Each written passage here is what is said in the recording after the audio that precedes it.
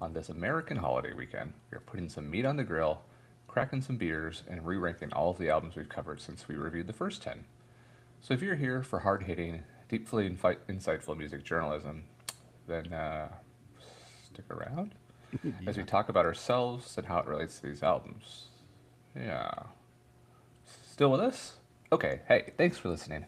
Please leave us a review, a rating, or find us on TikTok to see what we're listening to on a daily basis. Enjoy the show. And this episode is brought to you by Steven Spielberg's Brady's List in theaters this summer from Universal Pictures. Then, now, and forever. The list is life. The man was real. The story is true. Except for maybe 20% of the Gallagher brother anecdotes cooked up for the purposes of the critically acclaimed game show. No way. Anyways, go see this movie. It cost us $246 million. Dollars. And Helio and I are in front of a green screen for 90 minutes taking cheap shots at Ted Nugent and Morrissey. Universal's going to break our legs. Sounds good though. It is good. I've seen a work print. Did we get Liam Neeson for this one? We spent all our money on the effects. Got to! Got to! Okay! All right. Well, as far as deep cutting music journalism goes, soundcheck question this week is pretty simple, or is it?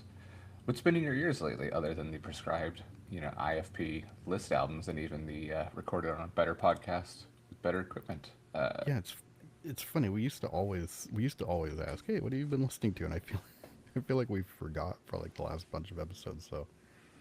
So we can catch up here. For me, I've, I feel like a few different things have coincidentally been showing up with Matt Berry connections. So Mm. a few of his projects and music. I don't know if he has like a main band or whatever, but I mean, you can just go by his name on your streaming stuff and find all his music. Um, I think the one that I think the one that really kicked it off was one of the Blue Tones brother guys is a mainstay in a few of his bands. I really like his song "Take My Hand," which is apparently a theme song for a TV show. Um, I can't remember which TV show, but it's not one that like I've been watching or anything. So, but speaking of, did you start What We Do in the Shadows just yet? I'm doing it when we're done with this. I've Oh, decided. okay, Yeah. good. Yeah, you'll enjoy that a lot. Yeah. Even Um, just the little, like, had it on in the background. Well, I should say I started it, but I started it at work. So, like, I mhm. was only able to, focus so It's much. Yeah, I mean, it has some visual elements, but I think you'd be getting like 75% of it, even if you weren't like locked in Yeah. I looking think the at it. day of, I But was, like, grilling paella outside on a barbecue. So it was like, mhm. oh, yeah, I'm inside and I just heard that joke, but I have no frame of reference. But it sounded funny. Yeah, But no, I'm looking forward to sitting down with a coffee and watching that one. yeah, yeah, very good show. I'm excited. I'm excited. I haven't like finished it, but that we'll be able to talk about it. Um, as per usual, while driving around while the sun comes out, a lot of Tom Petty. And I also popped on some of The Sword, Sleep, and Electric Wizard for a project that we may hear soon. Mm, yes. The details of that project are a bit fuzzy still, aren't they? Yes. What have you been listening Yeah. to? Man, I've just been down the rabbit holes of the weird and sometimes the eccentric tunes. This last weekend, got to see the Les Claypool Gold Tour. That was Primus and then his band with Sean Lennon, the Claypool Lennon Delirium, and the Flying Frog Brigade, which had like local guy Scarrick on saxophone. So just Oh, yeah. 3 hours of straight up, you know, weird, goofy Primus related music, and it was awesome. And this Even was a some, weekend to highlight yeah, crazy saxophone players, too, as I think his name was David Perry, the sax player from uh, from Dark Side and general most Pink Floyd projects had passed. That's I can't true. remember if that was before or after that concert. It might have been I after. think I think it was, yeah, I think so. They would have said something, I think. Yeah, no, agreed. I mean, especially considering they played some Floyd, like, they would have definitely made a little nod, I'm sure. But yeah, I find myself this last week was the anniversary of the passing of Chris Cornell, so kind of always pull up some of his songs.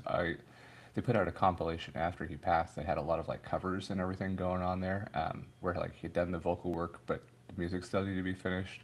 So like, there's a great one of "Nothing Compares to You," "Jump in the Fire," like the Harry Nilsson song. Yeah, I love revisiting that one. That's always really good. And that What song else? keeps popping up. I know, right? It's just kind of one of those like, I if you know, you It's a know bad type songs. it's a good song, but it's a bad penny of a song. Mm-hmm. Mm-hmm. Exactly. Been listening to more like electronic compositional stuff. One artist, Caitlin Aurelia Smith, has been really interesting to me. Kind of just that bridge between electronic, maybe even a little bit of like techno dance, but also kind of like classical compositional elements to it. So really cool. And then, yeah, I think for some zone out time, a lot of like Robert Fripp of his ambient guitar, like solo stuff, or just kind of doing looping or his like Frippertronics type things, and put those on and just zone out a little bit, pick up a book and some Robert Fripp, and I'm good to go. Yeah. All right. Yeah. Yeah, I'm sure there's. I mean, that's like the latest, but like, yeah, we've not asked for so long. I'm sure we're leaving out a ton of Oh, stuff, but exactly. And I think there's a few things I'm holding back just for later conversation too. So, okay. All right. all right. Um, so yeah, as mentioned, the meat of today's episode is going to be us separating the latest 23 23 albums into a tier system here. But before we do, we wanted to say, as we're kind of taking a side tour here, we wanted to say thank you to our apparently growing fan base. Yeah, I mean, I shared with you and Mr. Rife a week or two ago that we accomplished our listener numbers for last year already in, was that mid-April? So, definitely just a testament to growth, and somehow, by some miracle, there's more sickies of you out there than there were before. Yeah, And, hopefully, even if it's an hour or two or it's 20 minutes, you find some enjoyment in listening to us drone on and do some self-serving covers and tributes musically. But thank you for all listening, and thank you for those who as well who've contributed to the show, whether it's a guest or guys like Kyle and Rick that have come on to do spots and have some fun with us. yeah. We always mention it, but we're very blessed by every single other person who is on this podcast. Yeah, not, not that I don't appreciate us, but we have high quality guests for sure.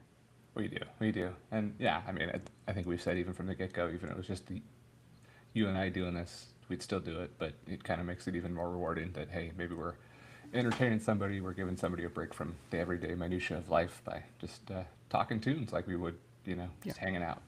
Yeah. So I also saw a question here listed. If you're new, where should you jump in? Where do you think new people should jump in? I think I think the first 7 or 8 episodes, I'd love to go back and remaster. Then I'd probably encourage them a little bit more. Still kind of finding our way in our technology and all the little bells and whistles. But I think Let's Dance was like our first great episode. I think the Outcast run was pretty dang good. Honestly, anything. Pearl Jam was a good one. Gosh, I don't.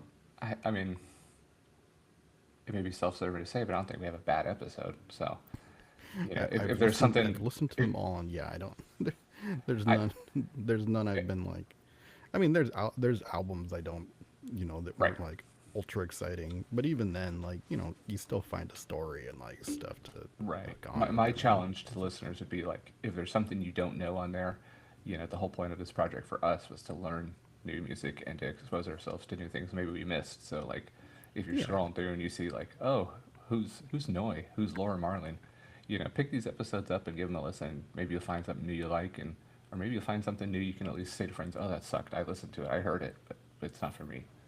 Yeah, it's funny. I guess when we kicked off, I was afraid like, oh, what's gonna happen when we hit a, well, what's gonna happen when we hit an album that like we just plain do not know. But I mean, there's a there's a there's a fun to that as well. Like figuring out the story and figuring out why obviously somebody likes it if it's ended up on the top 500 albums Right. of all time And for inevitably, enemy. there's no matter how obscure, inevitably there's some connection to the greater music Yeah, world on all these too. Like even if it's yeah, something down to like the engineering level or producer or this person's friend was this person. Like yeah. We're not pulling it. We're not. Most of these, nobody's pulling them from obscurity or anything like that. no. So there's something to it, and And for what it's worth, we're also not doing like uh, the Lou Reed Metallica album that's dog shit. We're not doing the Neil Young yeah, electronic album. We're doing good as albums. fun It's as just a that matter would of be, we don't know them yeah, all. Yeah. yeah. We did not curse ourselves with one of those podcasts where you're like seeking out bad movies and How did this get made? The music edition. yeah, like video games that like people hate playing or something like that. Yeah, Mm-hmm. Oh, yeah, that would that's a fun conversation for later down the show too. Actually, yeah. The yeah, you mentioned the two I usually toss out, which is Let's Dance and the Outcast episodes. But I think another episode that kind of falls within the same, you know, we liked the album. There was a fun story, to it. Hot Buttered Soul, by Isaac Hayes that's a good has one. that that'll take you on a journey.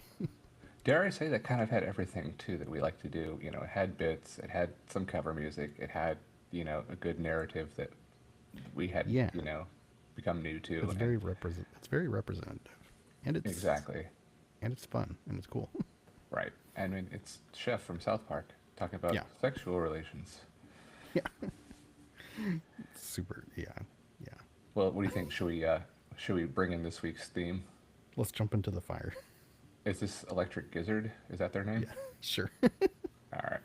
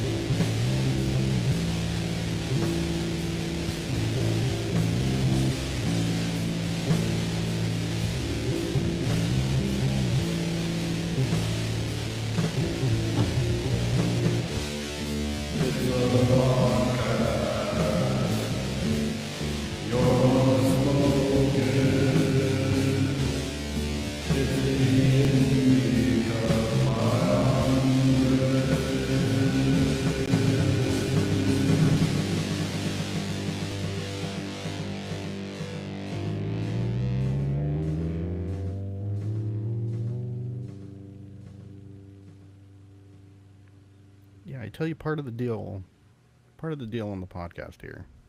If I spend more than $25 on a pedal, you're probably going to get a theme out of it. There'll be a usage case presented, yeah, on Yeah, the show. Uh, I tracked down one of my something that was on my most wanted list, which was a Behringer I think it's a SF 300, but it's their infamous super fuzz pedal. So of course, pretty much the only thing that pedal does is sleep/electric wizard style buzz. So but there you go. though, I mean, from a community that prizes itself on, oh my God, this pedal costs so much money, it's so worth it. All the clone and King of Tone, those kind of things for the money you spent on that one. Pretty damn good sounds. Yeah, there's yeah.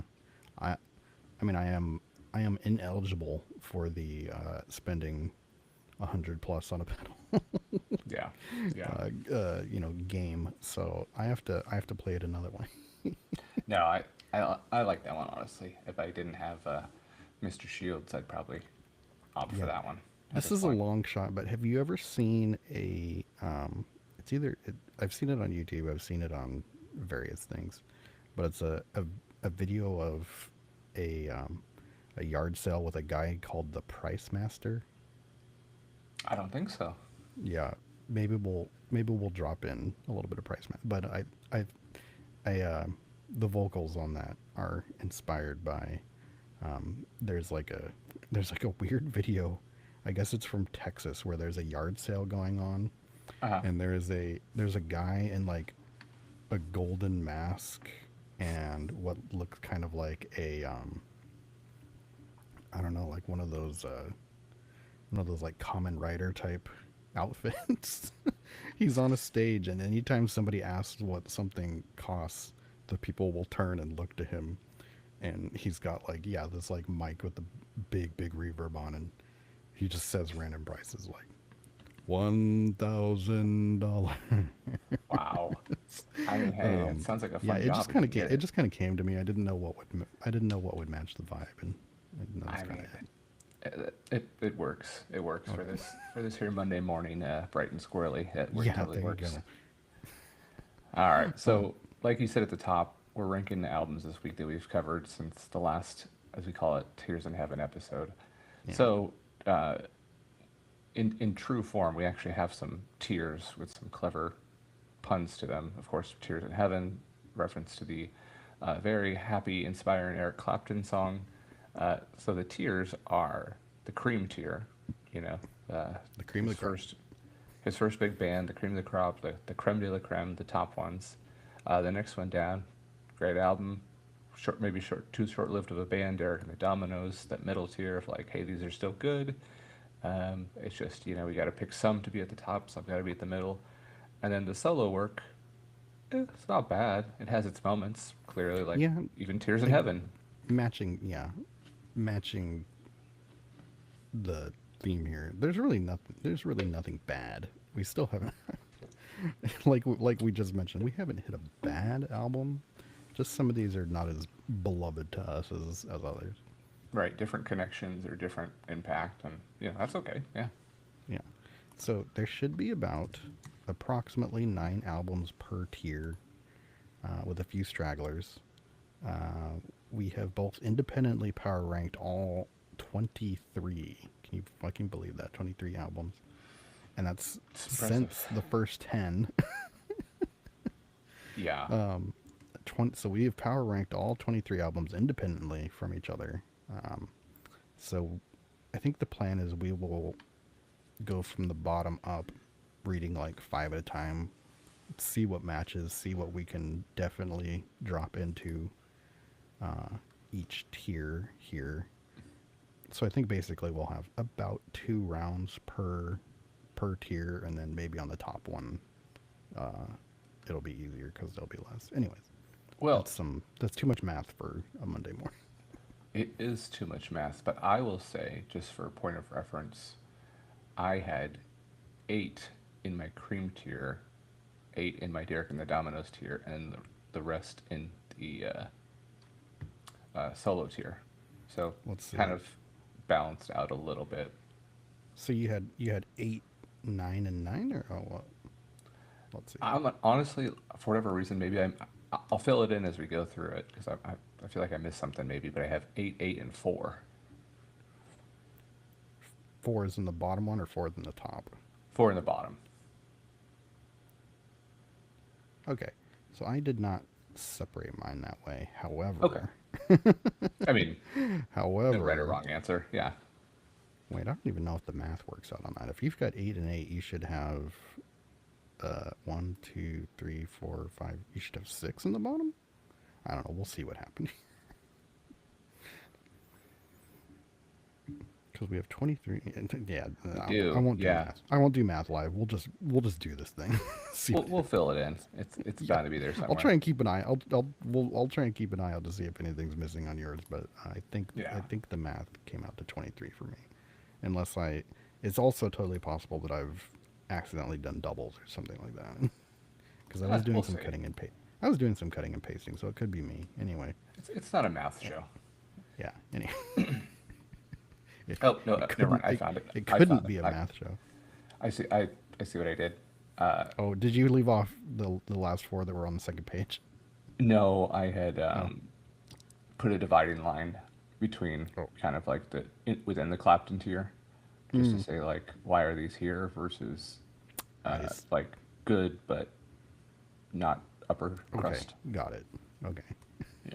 Well, let's get right to our power rankings. Let's see if there's any agreement that we can immediately drop some stuff in the solo tier here. Um, so from the bottom up, let me hear what you got. Again, apologies to all artists. This is not an indictment of you as people or musicians or artists. This is simply a matter of ranking the albums that we've heard, the impact they've had on us, perhaps musically, and our understanding of them as something one would consider top 500. Yeah, Having said all that, these are yeah. our personal bar. From the bottom, I have In the Wee Small Hours by Frank, Mr. Sinatra, Exterminator by Primal Scream. This one is not a personal shot, Grievous Angel by Graham Parsons. Uh, and then from there, I go up to White Stripes Elephant, Bowie Diamond Dogs, Blue Tones Expected to Fly, and Morrissey's Foxhole and I. And admittedly, like in terms of exact number rankings, I could probably switch Vauxhall and Elephant.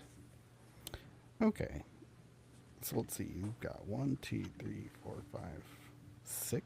Is that right down there? 7. 7.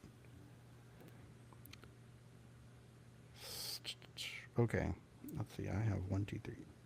Yeah, I should have 7 as well. And I believe that we've agreed on 1, 2, 3. I believe we've agreed on 5. So, Okay. um, man, I don't know how one of these got down here, but this is the nature of the tiers. Anyways, so yeah, okay, so bottom up from me, um, Expecting to Fly, which we've agreed on. Diamond Dogs. I've got Elephant down there. Mm. Wait, did you say Elephant was down there for you too? I did. Or almost was, or it is? It would have been like the first one right below the Derek and the Dominoes tier. So like Okay. it's in the bottom tier, but it's probably the leader of the bottom tier. Okay. I also had In the Wee Small Hours, Exterminator, Vauxhall, and then the one that I'm looking at and I'm like, how did this end up down here? Is Hot Buttered Soul. I think Mm. it's a top heavy list. It was bound to happen. Yeah, It's a depending testament on, to the albums that there's one even in the very bottom where I'm like, damn, I can't believe that. right. I mean, yeah, I'm trying to think. All the music on it's good, but none of it's like hugely impactful, if that makes sense. Like, Yeah. there's no like breakthrough single. It's just like, hey, this is a cool story. Isaac Hayes was awesome. Some good, early '70s, late '60s soul. But like, I don't know. Is there anything transcendent about this album? I don't know. Did it change the game? Maybe a little bit, but I don't know. Not. I can justify it down there. Yeah, my two that are, I would say my two that are pushing the line that I could hear arguments for getting them out of this bottom tier are both Hot Buttered Soul and Vauxhall and I. I enjoyed both of those a lot. Yeah. The other ones, I mean, there's not anything I do not enjoy on there. Elephant Exterminator's was a just such little a big one. I feel weird Exterminator's a little having that. grating. I don't know if I'd listen to it again, but it's not Yeah. bad. And the Wee Small Hours is more of a, this is an interesting item. It's one of More the than few an so album far that I where will just kind of do. like, why is this one? Simply because it Yeah, can claim it's a concept album. Like, okay, Diamond Dogs also has a lot of good stuff, but it's easy to beat up on because in the story of the album is,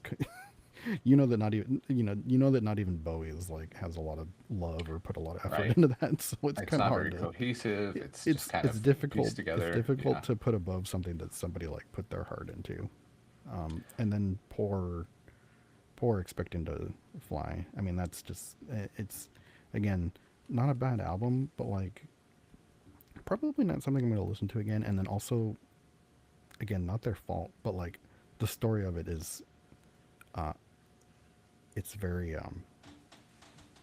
it's it, I can't think of the word. It's very the normal. narrative on it is basically about somebody else. Like, oh hey, look, this album's here because they dethroned Oasis. Like, Yeah, it well, almost kind of that's the headline, but even behind that, it's English guys got to make music because England has a decent social safety net, and if you're willing to eat rice and beans for like two of your three daily meals, while still, you can have money to get yeah. drunk, get high, and make music. Like that's I the mean, story of a lot of their bands. when you put it like uh, that, it's not too bad actually. Yeah, yeah, yeah. I mean, it's a nice story. totally. Okay, so the ones that we've agreed on that are down there. Let's see. We've got 1, 2, 3, 4, 5. I believe we've agreed on 5. Vauxhall and I, Exterminator, In the Wee Small Hours, Elephant, and Diamond Diamond Dogs Not Dogs. Expecting to Fly. One, Yep. 1, 2, 3, 4, 5, 6. Okay, so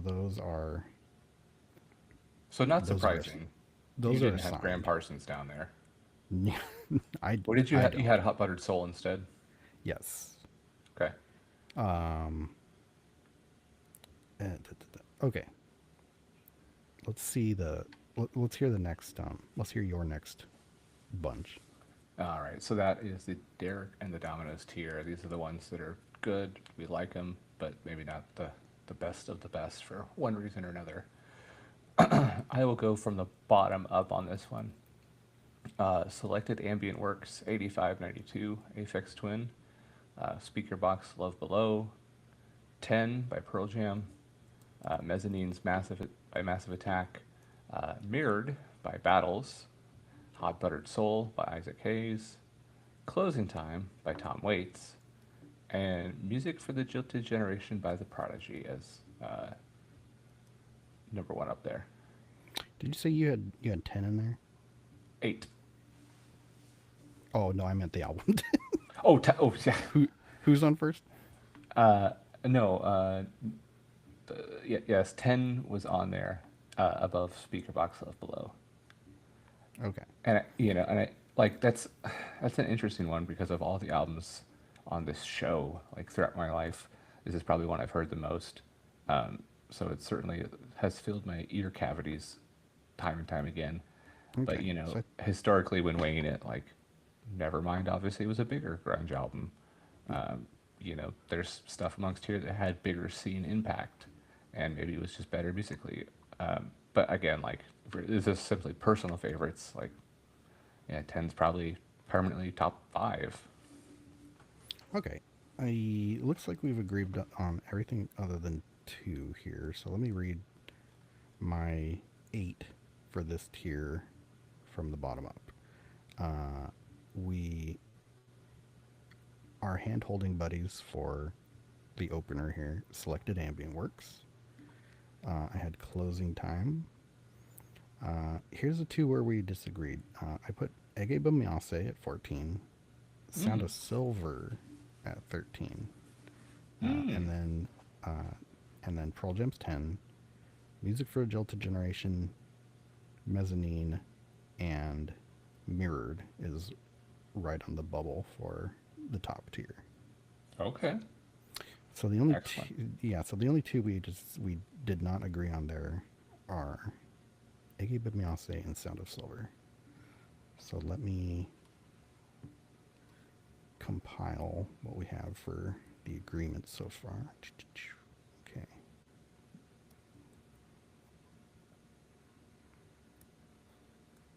All right. So actually, each tier so far has exactly 6 that we've agreed on. That's I pretty good. believe. We're shooting about 75% then. Yeah. Yeah. Okay. I mean, you come to Noted. the show for the Stephen A. Smith, Skip Bayless, dichotomy of opinions on it. So, Yes. we're sorry that we're so in agreement on this one. All right. Let me hear your cream tier, Yeah. Let's see. This which I one, think, if the math works out, is going to have the exact same thing where we just have 2 disagreements. yeah, I think you're right. This one again, 8 albums. Ask me any hour of the day, the order might change, so I'm just Oh gonna yeah. go with what I have right now, from top to bottom. Or well, let's go from bottom to top. Egi Bamyasi can. I needed to have some Krautwerk representation. Sound of Silver, I did really like that one, and definitely a fan of Mr. Murphy. And I wasn't as heartbroken by the whole retirement thing. So I think Yeah. maybe you're wearing some hurt for the true fans out there, whereas I'm kind of late to the game. Uh, Is This It by The Strokes? I mean, it's a freaking huge album. Stankonia, I mean, huge as well. Uh, OK Computer, Fat of the Land by The Prodigy, Love Supreme by John Coltrane, and number one, dun, dun, dun, dun, should I say it? Purple Go ahead. Rain by Prince. There you go. Yes. Of course. Okay. Got it. All right. So here's mine. Bottom up. The cream tier. 8. Stankonia. 7. Grievous Angel. I believe that is the one that we have the most That's the massive biggest. gap on. Yeah, yeah, absolutely. Number 6, Fat of the Land. 5, Love Supreme. 4, Is This It? 3, Purple Rain. 2, I put number 2, Speaker Box to Love Below, which you have in the Derek. Yeah, You have the Derek in the middle there. pretty And big at gap number as one, well. Yeah. at number 1, and again, any of this like top 4, top 5 could be jumbled, and I'd probably look at it and be like, yeah. At number 1, I have OK Computer. Okay. Yeah, I mean, Alright, honestly, so when I wrote this last night, that's what I had, and then I looked at it this morning and just then now. It's like, you're like looking at it yeah, like, that doesn't seem right. No, yeah, the same thing. it kinda does and it happened. doesn't. Yeah, Okay, got it. I'd love to hear, or at least share with the audience, your thoughts on why Grievous Angel is so high. I mean, I think I know why, and I think it's a matter of preference and taste as to why we have such a big gap. But what's your thoughts behind that? Um, I think the number one thing is I just love listening to it. It's It's a I good reason. like I really like his voice. I like all the songs. Him and Emmy Lou together were obviously doing something good. It's fun to hear it and think like, oh, this is the start of this is the like it's not often you can. I mean, I guess it is a little bit often that you can hear like an actual origin point for a style of music, Totally. and kind of alt country rock, or like very specifically the kind of country that I can stand, and that I not just stand, but I like really enjoy now. Like this is like the starting point of it. I yeah, I don't know. It's the story of it helped as well. Like it's got an interesting, I wouldn't say fun, but it has a very interesting story to it. Yeah. But yeah, There's some certainly wacky some moments. Some of the but yeah, wackier if you moments don't of all that. if you don't fuck with pedal steel guitar stuff like that, then you're gonna have a bad time. Mm-hmm. No, I can appreciate all that, and I mean, again, like I said, kind of cueing into it. Like for me, alt country as I try. I can do Wilco, I can do Steve Earle and stuff. It's just not my bag overall. So Definitely, like I love the narrative. I love the character of Graham, and just I mean, even his intersection with like the Rolling Stones, and just kind Hmm. of all the, wait, who's this guy? All of a sudden, he's like history's forgotten Keith Richards' best friend, drug buddy in their London apartment. But Yeah. basically, So yeah, as yeah, I mean, as just as an example, of what we're talking about, that this is the biggest disagreement we have, and we're both at least like, "Oh, yeah, it's still good." yeah, yeah. There's nothing wrong with it. Like I'm Yeah, not writing it a the rest opinion of our article. disagreements. Um, did no, you didn't have Stankonia above Speaker Box and Love I Below. did, You did? I Okay, did. interesting. Yeah, Um, I was gonna ask and see. yeah. So I think for me, there's no argument that Speaker Box Love Below had the greater like pop commercial success, even though like the song like Miss Jackson off Stankonia was huge, but all the stuff Yeah, it's all like relative here. exactly Andre's stuff especially off of Speaker Box Love Below, super big breakthrough pop success and everything. For me, I think Stankonia just resonates more of like high school memories, good times, good tunes, kind of like one of the first modern hip hop albums like that came out, and I actually embraced it, enjoyed it, even if like some level I tried it to be like, oh, I enjoy this on an ironic level. Like, no, I Hmm. actually enjoy this because it's really fucking good. Like Bombs Over Baghdad. This is very different hip hop, than we were kind of grown up with at the time. So for me, it has a personal connection, and I think I also like the idea that they worked together on this one, Yeah, I was gonna say and it's it was hard to a better discount. cohesive vision of them. Yeah, it's hard to discount um, the more positive, that's at least slightly more positive, um, you know, aspect of they're they're actually together for the last Right. time. Right, and Um, it's interesting, like I've thought sometimes with like Speaker Box Love Blow, if the presentation on that was simply to release two solo albums, over the course of 3 months, and just still call it Outcast, like, is this something that's loved because of both things combined and everything you're getting in the package? Is this one where both albums would be in that top tier anyway? Hard to tell, because they are two very different sounds, and I think Andre definitely had maybe a little bit more success numbers wise with um, all the awards and everything like that. But that's not to say that Big Boy's contribution wasn't incredible and very impactful too.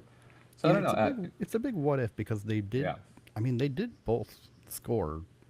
I mean, okay, so one of them scored like a generational hit, but if you put right. that aside, It's they both had hits from those albums. So even if they were not technically one album, yeah, it's hard to say.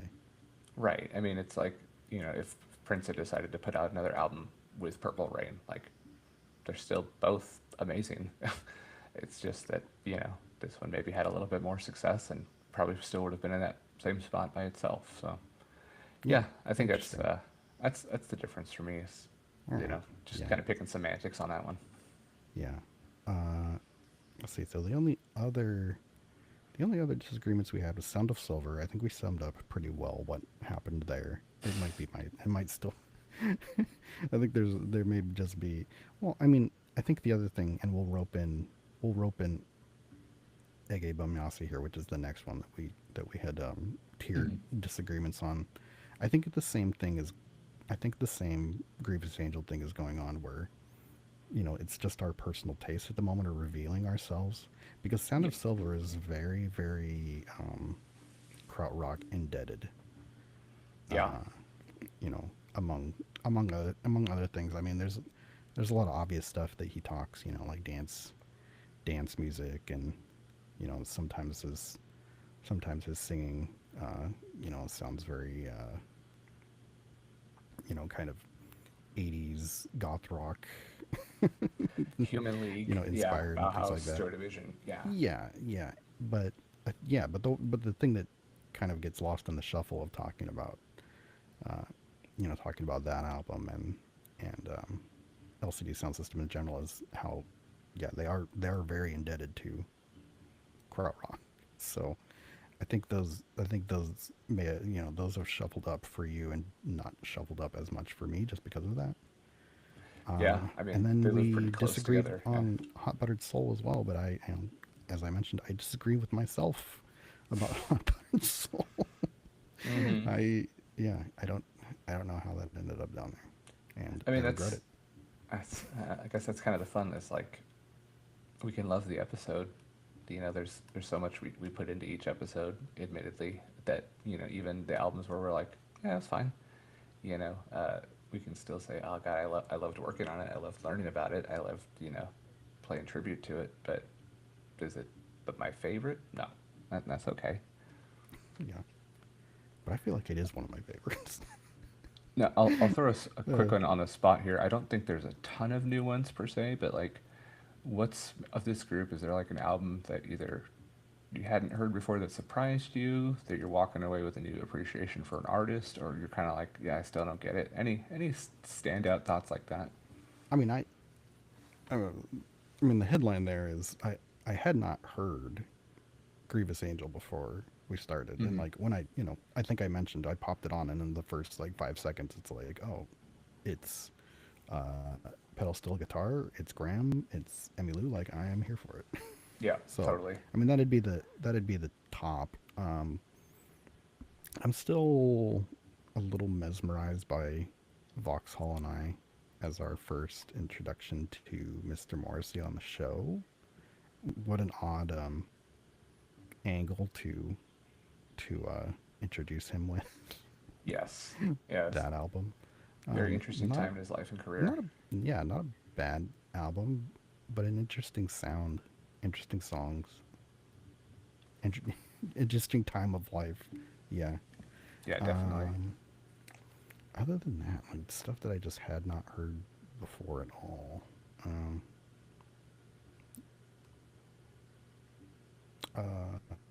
Maybe a Love Supreme, although I Yeah.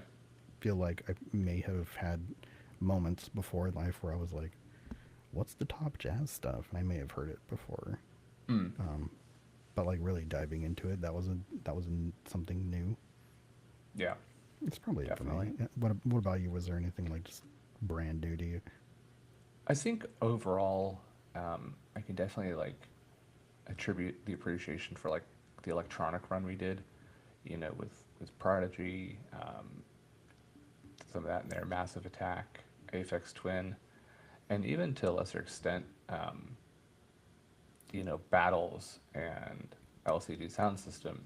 Just kind of Yeah, we hearing these have almost different had ways. like our own little mini series. I mean, Yeah, I've said that before, but yeah, they just kind of magically, and maybe with slight pushing from us, have created exactly. a little mini series Yeah. of electronic stuff. Yeah. Yeah, but just kind of getting some exposure into like, different way that music can be made and still made really well as opposed to just the conventional rock, guitar, bass, drums, vocals.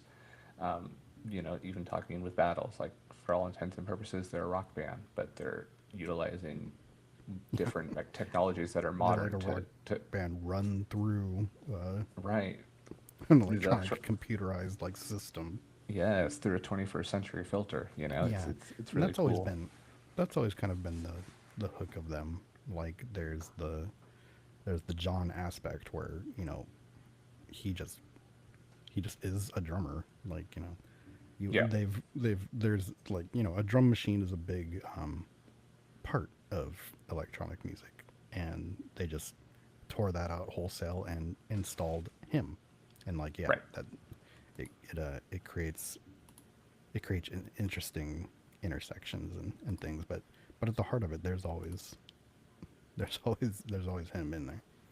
Totally. I don't see if there's anything else. Getting some knowledge and exposure to the Tom Waits catalog was actually pretty enjoyable. Yeah, Getting talk to some I different am folks and always I'm yeah, always a little surprised when I think back on that, and I'm like, you know, closing time. Yeah, it was there's one last call for alcohol, and that was fine. But yeah, there's there's something to that one. Like it it could have, you know, it could have, it kind of on its face seems like one of those things that's gonna end up in the solo work tier, just because, you know, it's, I mean, it's a little old, it's a little, you know, it's an odd style. It's It maybe the does have a not name most to it. representative of the artist. Yeah. Yeah, that too. But then like, yeah, like I don't know. There's a real quality to that one. It's like the it's like the it's the Goofus and Gallant with along with Wee Small Hours. Like Hmm. that's the good version of Wee Small Hours to me. The Right. really, Right. like if Wee Small Hours went like as best as if you like mixed those up and were like Frank Sinatra made these closing time songs, and you know that's where he invented the concept of an album being an album all, as a whole thing. I'd be like, holy shit. Right. Um, I mean, it's not exactly like he's throwing down Alan Parsons keyboards or no, anything too crazy, but yeah, it is an origin point for yeah. that idea. And then just for the record, the other 10 albums that we did not include because we already ranked them on a tier episode on episode 12, I believe. Hmm. The other 10 that were not are not mentioned are Patti Smith's Easter, Laura Marling, I Speak Because I Can, The Shins, Shoots Too Narrow, Gillian Welch's Revival, Funkadelic, One Nation Under a Groove, Noi, 75, David Bowie's Let's Dance, Smell the Glove by Spinal Tap, Aztec Camera's High Land, Hard Rain, and Led Zeppelin 3. If you want to hear what we thought about those, go listen to the rest of the podcast. Just for the Or sake of just episode 12, discussion, I guess. we're here. Do any of those fit into a top tier, even if you could expand your cream tier to 10? Would anything go Well, up there? Let's Dance by David Bowie for sure. Yeah. Um, the other ones I can't say for sure, so I won't Yeah. slap a label on them. Like, I feel like as brand loyalty, I'd have to say Led Zeppelin 3, but I don't know if I would.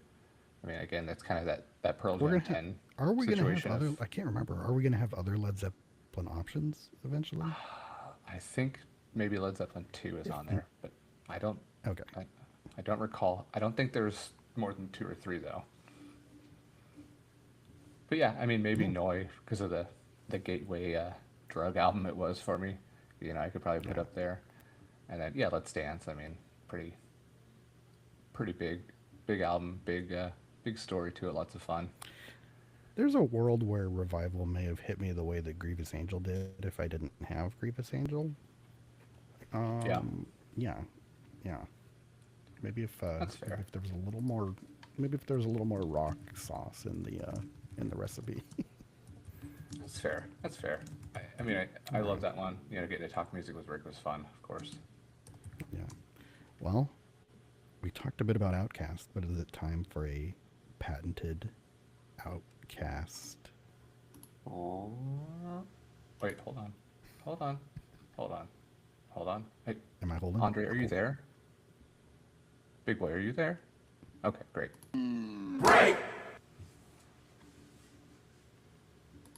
And we're back.